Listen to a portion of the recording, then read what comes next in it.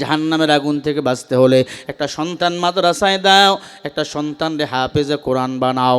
একটা সন্তান যদি হাফেজ হয় 10 জন জাহান্নামীকে সুপারিশ করে জান্নাতে নিয়ে যাবে। একটা ছেলেরে হাফেজ বানাও, দাম কত জানো? কোরআনওয়ালা সন্তানের দাম কত জানো? হাসরের ময়দানে হাফেজে কোরআন 6666টা তালাওয়ালা জান্নাতি বাড়ি পাইবেন। উপর থেকে তাকায়া দেখবেন হাফেজ সাহেব, তার মা জাহান্নামে গেছে, বাবা জাহান্নামে গেছে। হাফেজ সাহেব সরাসরি নেটওয়ার্ক লাগাবে, আল্লাহকে বলবে, আল্লাহ, ও আল্লাহ, আমার মা জাহান্নামে, আমি থাকবো জান্নাতে। আমার আব্বা জাহান্নামে, যেই মা বাবা আমারে কষ্ট করে মাদ্রাসায় পড়াইছে, যেই কমিটি সভাপতি সেক্রেটারি কষ্ট করে আমার খানার আয়োজন করছে, ওরা জাহান্নামে থাকবে আর আমি জান্নাতে থাকবো। কি করতে লাগবে?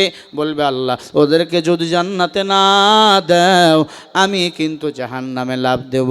আল্লাহ বলে, ফেরেশতা, ওই হেমায়তপুরের ওই মাদ্রাসার সভাপতি কমিটি ওই হাফেজের মা বাবাকে নিয়ে আসো। হাফেজের আজকে বড় সম্মান, হাফেজরা আনন্দিত থাকবে, জান্নাতে থাকবে।